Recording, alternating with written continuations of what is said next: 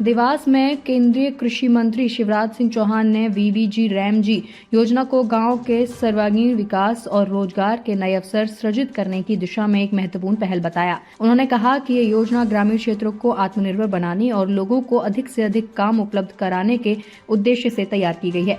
केंद्रीय मंत्री ने बताया कि योजना लागू हुए 25 दिन से अधिक हो चुके हैं और इस दौरान न केवल कार्य दिवसों में बढ़ोतरी हुई है, बल्कि इस पर खर्च की जाने वाली राशि भी पहले की तुलना में 2 गुने से ज्यादा बढ़ाई गई है। इसका मकसद ये है कि अधिक कार्य कराए जा सकें और गांव का विकास तेज गति से हो। उन्होंने कहा कि इस योजना के तहत ग्राम पंचायत और गांव के लोग मिलकर तय करेंगे कि उपलब्ध राशि से कौन कौन से विकास कार्य किए जाएं, ताकि धन का सही और समर्थक उपयोग हो सके। योजना में ये भी प्रावधान किया गया है कि यदि किसी को मजदूरी नहीं मिल पाती है तो उसे बेरोजगारी भत्ता देने की पुख्ता व्यवस्था होगी। इसी के साथ ही शिवराज सिंह चौहान ने बताया कि किसानों के हितों को ध्यान में रखते हुए ये व्यवस्था भी की गई है कि कटाई बुहाई के समय राज्य प्रशासन कार्यों को अस्थायी रूप से रोक सकता है, ताकि किसान अपने कृषि कार्य सुचारू रूप से कर सके। उन्होंने कहा कि सरकार का लक्ष्य है कि रोजगार और खेती दोनों को समान रूप से मजबूत किया जाए।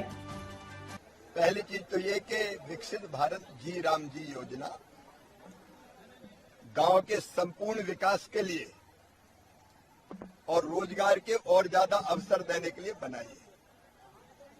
अब योजना में 100 दिन नहीं, 125 दिन मजदूर भाई बहनों को मजदूरी देने की गारंटी है। गारंटी, कानूनी गारंटी। तो 25 दिन और ज्यादा बढ़ गए और केवल दिन नहीं बढ़ा है, पैसा भी बढ़ाया है। इस साल 25-26 में जो बजट में प्रावधान था 88,000 करोड़ था। अब अगले साल के लिए प्रस्तावित है 1,51,282 करोड़। पौने 2 गुना से ज्यादा राशि बढ़ाई है, ताकि ज्यादा दिन काम भी दें और काम के साथ साथ गांव का विकास भी सुनिश्चित करें।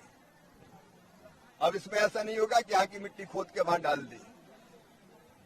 अब गांव वाले बैठ के ग्राम पंचायत इस राशि से कौन सी चीज बनना चाहिए, ये उनका अधिकार है और वो तय करेंगे कि आंगनबाड़ी बनाना है, कि स्कूल बनाना है, कि पंचायत भवन बनाना है, कि सड़क बनाना है, कि नाली बनाना है, कि तालाब बनाना है। गांव मिलकर तय करेगा। आजीविका मिशन से संबंधित काम भी हो सकते हैं। तो इस पैसे का सार्थक उपयोग होगा।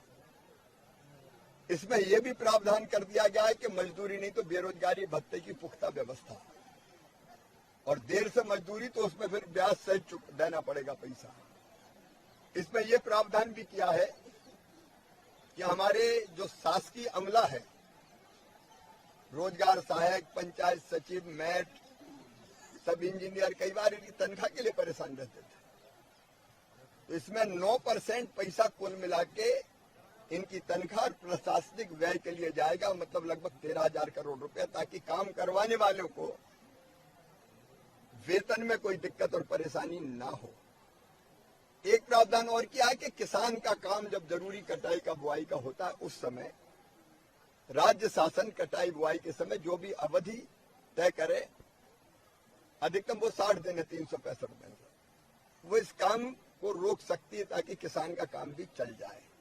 तो ऐसे अनेकों प्रावधान इसमें किए हैं। एक ये भी है कि पंचायतों में जहां कम विकसित पंचायत है उसको कंपैरेटिवली ज्यादा पैसा मिल जाए, ताकि जो संसाधन है उसका बंटवारा जरूरत को देख के हो सके।